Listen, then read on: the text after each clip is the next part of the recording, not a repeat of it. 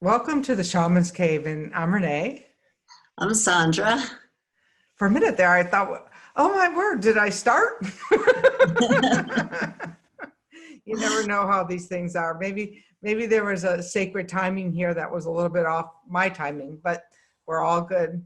And Yeah. Well, we want to welcome everybody. It's a beautiful day in Santa Fe. We had a surprise little snowstorm for the middle of April, which is, for me, it's a joy because I always grieve the last snowstorm in Santa Fe. I love snow. So it was a joy to wake up and see snow everywhere. But since it's a springtime snowstorm, it's all gone now. and it's about 80 here in Palm Desert today. It's been these big, billowy, fluffy clouds and this, nice wind. Although people say that I live like in the wind shelter because like out towards out towards the free land out there, like I guess the wind was gusting yesterday and you can't even see 2 feet in front of you when you drive when those some moons get going through our desert. Wow, that's power. It certainly reminds you of the power that is available to us as shamanic practitioners through working with nature. I mean, imagine being able to harness that power of that wind into whatever it is in your life that you want to manifest. So, I just kind of remember to say thank you. Yeah, that's great. So today we're going to talk about altars. And I think both Sandra and I view our whole homes as altars. So this should be an interesting conversation to deconstruct what that means for us. Absolutely. Yeah. I think what happened for me, I always liked having special objects that reminded me of the spirits and of shamanism and of my work. I think I've always liked that. But what happened for me, I think back in the late 1980s, was a friend, the very first person I ever taught how to perform a soul retrieval to, performed a soul retrieval for me. And I had been dealing with a lifetime of chronic suicidal depression. And the student of mine asked me, would you teach me how to do soul retrieval? And I said, well, I've never taught anybody before, but I guess I have to start somewhere. So let's start with you. So at the end of, going through all these exercises with her to prep her, she performed a soul retrieval on me. And it was so amazing because my depression just lifted. I mean, I could actually feel it lift out of my body. It was unbelievable. But what happened for me is once the soul retrieval was done and I came home, I started to look around at my environment and my life. And now that I was fully back in my body, because I was always so dissociated, I didn't notice anything. I was looking at how my outer environment wasn't reflecting back to me the light and the energy of my soul.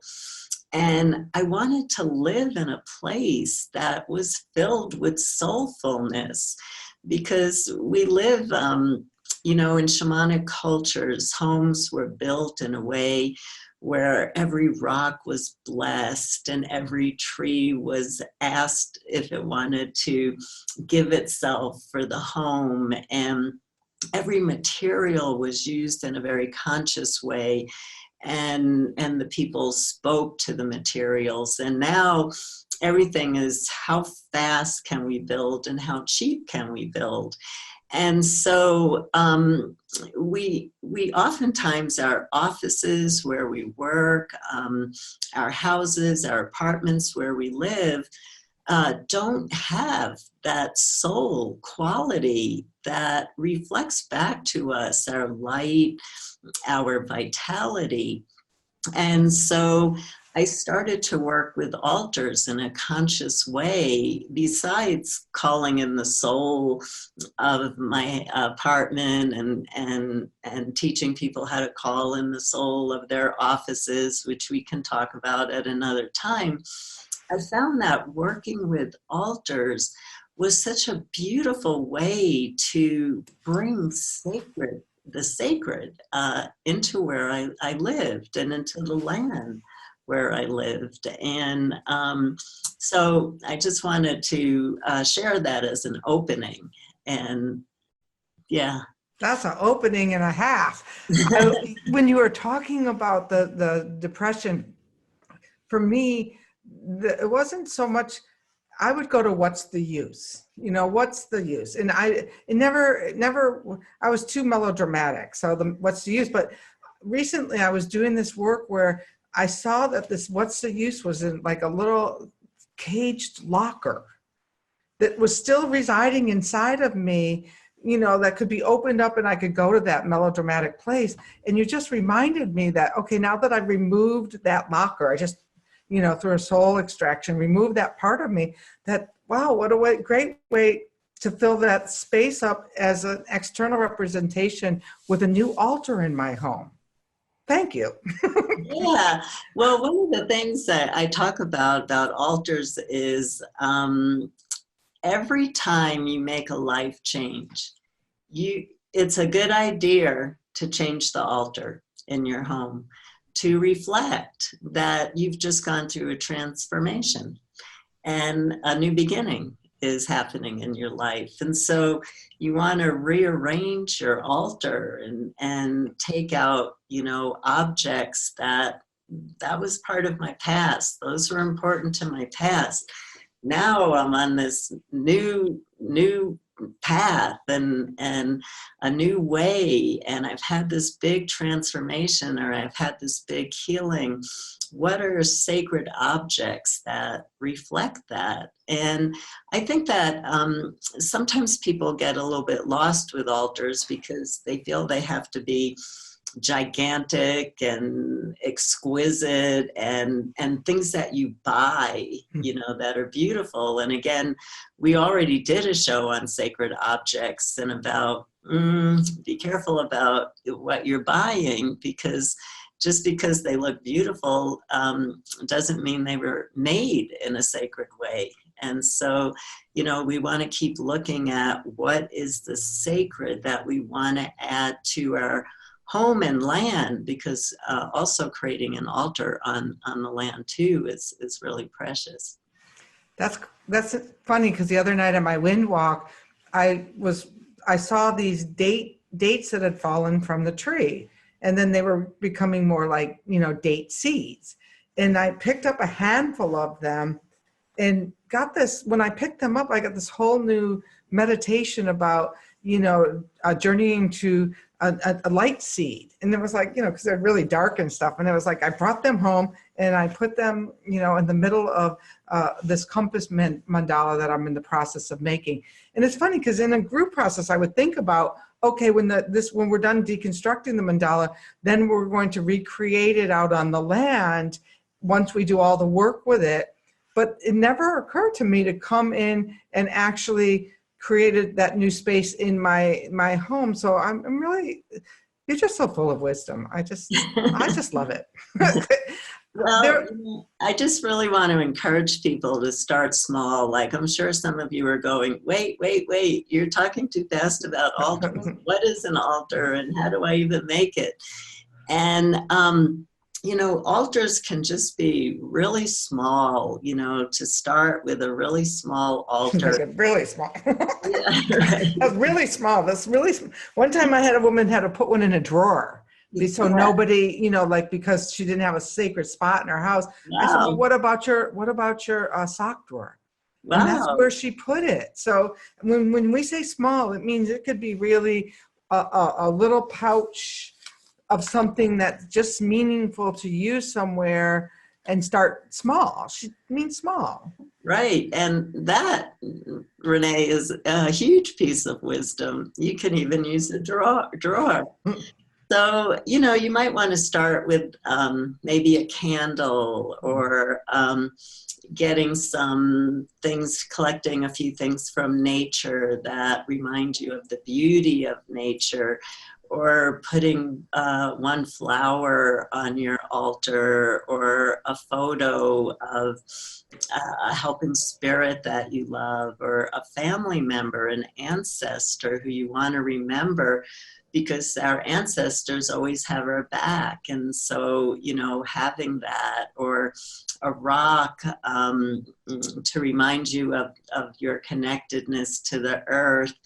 A candle is always nice, because a candle reminds us of spirit and of sacredness. We light candles to mark a special event. And I also have one altar that is just things from nature, from my land. And that's for, when I can't get outside and I want to connect, or I'm taking a trip and I want to stay connected to my land, because I really miss my land when I go off teaching. And so I have this small altar with some different things from my land, and I can just fold it up and take it with me and put it out wherever I go. Or some people like to make traveling altars. You can even take a little match box, and you can put in a little sage, and you can take a little candle. You can take a bandana with you, with a crystal and a few rocks, and set it up in a space that you're traveling to. A hotel room, what a great way to bring the sacred into hotel rooms, which oftentimes don't reflect back to us a state of life. Absolutely. I think another altar, that you could, for if your home cooks over there, is that my cutting board is an altar. And there's a very much of a sacred process that I go to every single time I cook. Like I always feel naked if I don't put on the apron. And so the first thing I always do is I before I approach this sacred altar that's my cutting board, I put on my apron and, make sure that all my tools, that my cooking tools are another absolutely form of an altar for me. A gardener would have those same things in their, their how they keep their tool shed. So, this is applicable to you in every aspect of your life. If you just kind of look out beyond, because like you said, both of our houses are altars. Mm-hmm. We let very few people into our space. They have to, match the energy, Right. the energy vibration, or they're not coming in. Right, absolutely. Yeah, what I mean by my house is an altar is everything that's in our house is placed with intention, because it reminds us of the sacred. And so every room that we walk into, it's like, well, do I want to bring my judgment and negativity? Ooh, I don't want that to touch this room. I don't want that to touch this altar. So there's special things everywhere that just remind my husband and I in our house of this is a sacred space, and we want to be in a sacred space when we enter into this space. And I think, as you said, Renee, gardeners have their tools as altars, and people like to create rock formations on their land and bring some sacred objects together on their land to feel that specialness, that they have a place where they can do ceremony at. And some of my students who live in the city actually have where their favorite tree is, or their favorite place to go to when they take a walk in the park. They have, they make little spirals of rocks or little tiny rock cairns this is their sacred space. you know, and it's a beautiful way to step into your spiritual work when you go out to visit a tree or to sit in a park just to connect with nature. You know, you've created this little special sacred space. And so, you know, it's all about creating special places where you feel that you're inspired to do your spiritual work. And I think that for me, one of my altars in my office for many years, I don't use it as much for that now, but it was a place of comfort for me. When I was upset, I could just go sit there and just feel like I was being filled with the power of spirit, and I was sitting in a sacred space of love, and I could just be until I came to a place of calmness. I love that. And one that you just talked about that particularly spoke to me was for those people who have a relationship, that to set an altar for you and your beloved, in order that this is the sacred space where we'll come to when we have to either negotiate a hard conversation or we want to, you know, we're moving into a more loving space. You know, I probably wouldn't use it for the same thing for both, but you know, that's the space where you are connected that way. I think I really like that idea. Yeah, yeah. I actually never thought about that.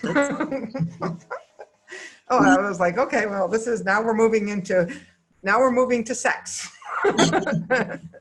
Well, you know, it's intimacy. it's about love, and it's about being reminded of the love that binds us together in our relationships, and sometimes we need reminders of that, you know, and sometimes we need that reflection coming back to us, is that our relationship is a relationship of love and partnership, and our altar might remind us to keep coming back to that. Mm-hmm. Because sometimes we just get lost in such silly, I mean, it's important for us to lose it. It's important for us to lose it. But how do we bring ourselves back to what's important? Because when we lose it, we're lost in illusion. So how do we come back to reality and what's important and what's sacred in our relationships and what's sacred in ourselves, and what's that outer reflection that we create that reminds us of that? So yeah, that altar for me is that fifth wheel, that fifth spot on the compass, you know, the place in the middle where that we come back to, because relationships in their nature are dynamic. They're always moving. So to have that magnetic north that brings you back. So the altar is that magnetic north, which is probably a good time to do our exercise. And next week, we're going to be talking about omens, because one of the things that came to me the other night on a wind walk is that we have altars because we believe in omens.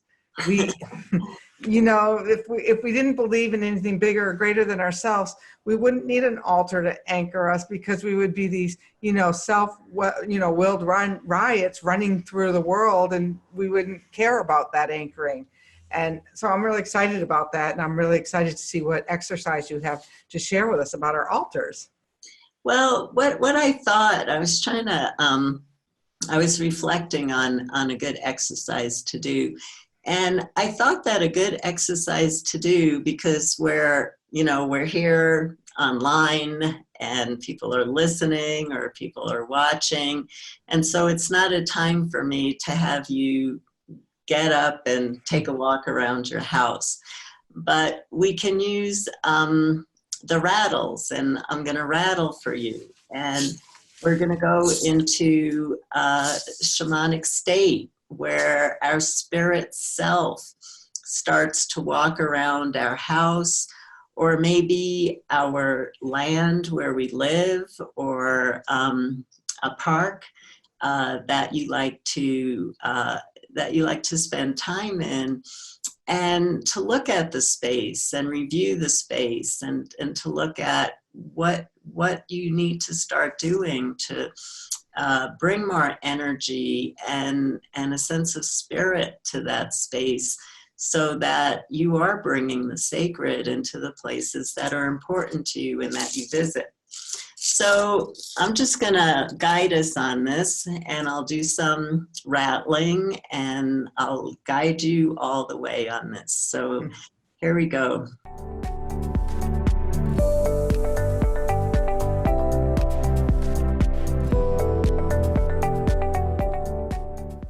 Let's start by taking a few deep breaths, because we've had a lot of words.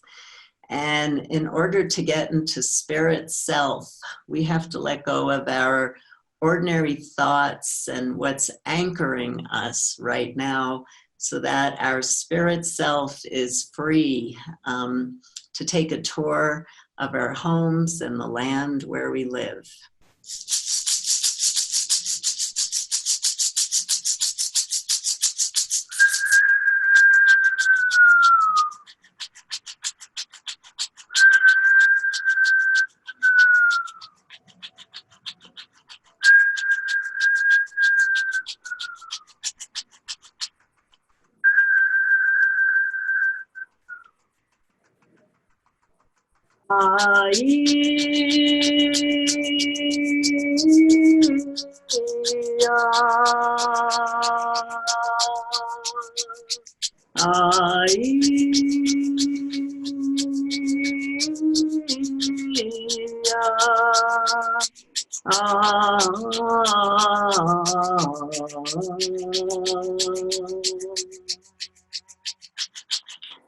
So using your imagination, imagine yourself standing up from the place where you're sitting in right now, and start to wander around your apartment or your house, or imagine yourself going out to your garden or to your favorite park, or to the land right outside your door. It's your choice in this short exercise. And as you're in spirit self, which means you put your ego and personality aside for now, open yourself up to the energy field in your house, in your garden, in the land or the park that you're in.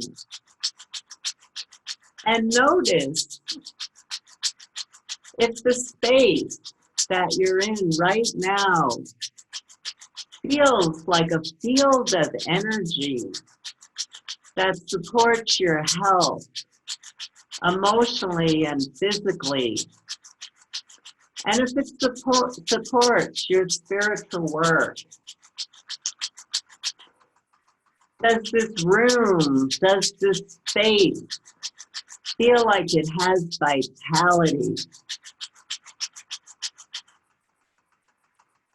Is it emanating spirit back to you, reflecting back the power of your spirit? For stones and crystals and our favorite things in nature that we love to put on altars, they are alive. They're filled with power and wisdom and connection to the earth. They're not dissociated in any way. How does your space feel? Does it feel that aliveness where you want to pick up a drum or a rattle, or where you want to sit down and pray for yourself, your loved ones, and for all of life? What room in your house or what part of your land would you like to create something that reminds you of the sacredness of this work? And how, with all ceremony and everything we do with shamanism, it's a sacred act. Building blocks for us to create a new reality. So as you take a tour of your apartment, your house, your land, look at a spot that feels this is a good place for me to come and pray. This is a place where I would like to come and pray and do some spiritual work. And now start to imagine, what would you put there? Would it be a photo of a loved one, a candle, or maybe some sage, or maybe some incense, or a crystal that you love to work with, or a favorite stone, or a piece of branch of your favorite tree, or a leaf? Start to imagine a small altar that you can start to build in a space that brings you home to yourself, that makes you feel at home where you live and on your land, or in your park that you like to visit. And what would reflect back to you? What items from nature? What do you have in your house already that you can put on a small altar that says, I am home. This is a place for me to do sacred work. This is a place for me to pray. This is a place for me to sit when I need some comfort. And imagine things that are accessible to you right now. So either right after you listen or watch this podcast, or in the next day to come, you start creating sacred space. And you start to feel for yourself the power of having sacred space surrounding you everywhere, to remind you of the beauty of life, of the spiritual help that is always available, and that you're never alone. So when you feel ready, start to bring your awareness back to your body right now, hopefully with some excitement of what you're ready to create in your environment that reflects back to you beauty, love, spiritual power, peace, harmony, and light. Our work is done for now. So open your eyes, feel yourself grounded, deep roots coming out of your feet into the earth with new inspiration of how to create sacred space through building an altar in your home and in your environment. That was lovely. Thank you. I was like, I got right into my front gate, and there's like this little area there, and that was where I concentrated. And it's like very little area. So, you know, I guess I need to put some things out there to, you know, that I thought were reflecting out from my house, but need to be out in the yard, you know, because there's gardeners and, you know, there's people coming around the cul-de-sac and that kind of thing. So I got my work cut out for me. Yeah, and you know, I live in Santa Fe, and we're oftentimes in drought, and we oftentimes have trees and plants that, you know, we're trying to support, but water is not always a possibility. And so putting some special objects, if you see that you have a tree or a plant that seems to be having a challenging time, emanating love and light to it, but leaving some love at the base of a tree or by a plant. I have some healing crystals and some of my plants that are struggling a bit because of weather challenges. And in my house, we don't have heat for the plants in the winter. And so you can also create little altars around plants and trees and beings that you love in nature, where you would just like to infuse some sacred energy and some spirit, because it revitalizes. Nature revitalizes us, our altars revitalize us and revitalize nature too, because they were made with love, and anything made with love heals. It's interesting. Today we stepped out of time and space in terms of we don't know what a half an hour is when we move into our universal reality or our time. And just for me, that whole idea of Aini came up today when I did the Wind Spirit card. It was Waira Mama, today for me, tomorrow for you. And that goes with our altars today too. Today you're going to power me, tomorrow I'm going to feed you. So that's a great way to end. That's a great way to end. And Sandra, you want to do all our little announcements where people can find us, or? Yeah, well, you can always find out what's going on shamanstv.com. And please let people know about the show. We're really getting great feedback from people all over the world. People are really touched. People are touched by our connection. People are touched by the information that we're shared. So spread the word, but keep coming back. We have pages and pages of topics to continue with. And yes, I'm going to start setting a timer, or at least watching my clock when we started. That's all right. Otherwise, altars would have been 10 shows, although I'm sure we'll get back around to altars again. And join us next week for omens. And Sandra, it's always great to sit with you.